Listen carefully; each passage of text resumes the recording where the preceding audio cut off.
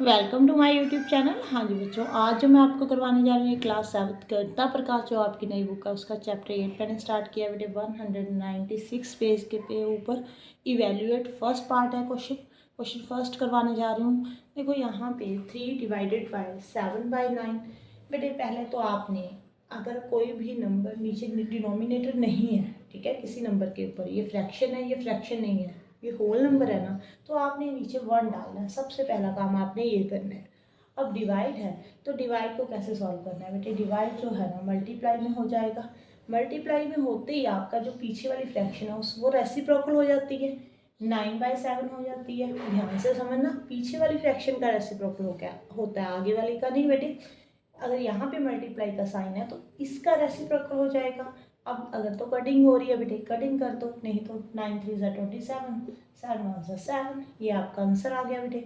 अब देखो next question, यहाँ पे 14/4 है, ये फ्रैक्शन में नहीं है, ये होल नंबर में दिया हुआ है, तो आप नीचे 1 डालो। सबसे पहला काम आपने 1 डालने का करना, न्यूमिनेटर बाय डिनोमिनेटर फ्रैक्शन में होना चाहिए। अब आपको मैंने क्या बोला है कि जब भी आपने डिवाइड को सॉल्व करना है तो डिवाइड नहीं सॉल्व होता बेटे, इसको मल्टीप्लाई में कन्वर्ट करना पड़ता है। जब आपने मल्टीप्लाई में कन्वर्ट कर दिया तो पीछे वाली जो फ्रैक्शन है वो रेसिप्रोकल हो जाती है, वो 1/2 बन जाएगी।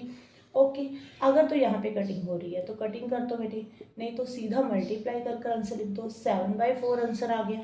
अब यहाँ पे देखो डिवाइड का साइन है, ये तो फ्रैक्शन में है, ये भी फ्रैक्शन में है, तो 2/3 यहाँ पे मल्टीप्लाई का साइन डालो, पीछे जो है ना फ्रैक्शन उसका रेसिप्रोकल, कटिंग हो रही है बेटे, आंसर क्या आ जाएगा 1। नेक्स्ट पार्ट 14/6 डिवाइडेड बाय 7/3, तो 14/6 आपने ऐसे लिखना है, यहाँ पे मल्टीप्लाई का साइन आएगा बेटे, 7/3 है, रेसिप्रोकल कर 3/7 हो जाएगा।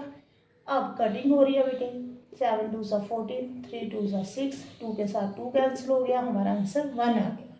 अब ये देखो ये भी फ्रैक्शन में है, तो 4/3 लिखना है आपने, इसका रेसिप्रोकल 4/3, 4 4 16, 3 3 9। क्लियर है बेटी।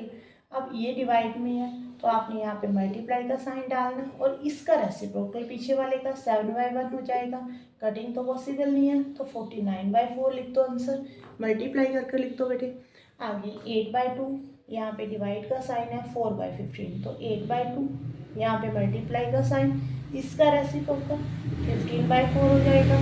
4 2 8, 2 के साथ 2 की कटिंग हो रही है, 2 1 2, 2 1 2, 15 अकेला आंसर आ गया बेटे। नीचे कोई नंबर नहीं आया तो 1 लिख देना, ठीक है जी। अब नेक्स्ट पार्ट करवाती हूँ बेटे। हाँ जी बेटे, नेक्स्ट पार्ट में देखो 1/5 1/9 फ्रैक्शन में है, तो डिवाइड का क्या हो जाएगा मल्टीप्लाई, और पीछे वाले जो फ्रैक्शन है उसका रेसिप्रोकल 9/1 हो जाएगा बेटे। कटिंग पॉसिबल नहीं है तो 9/5 आंसर आ जाएगा, 9 1 9, 5 1 5।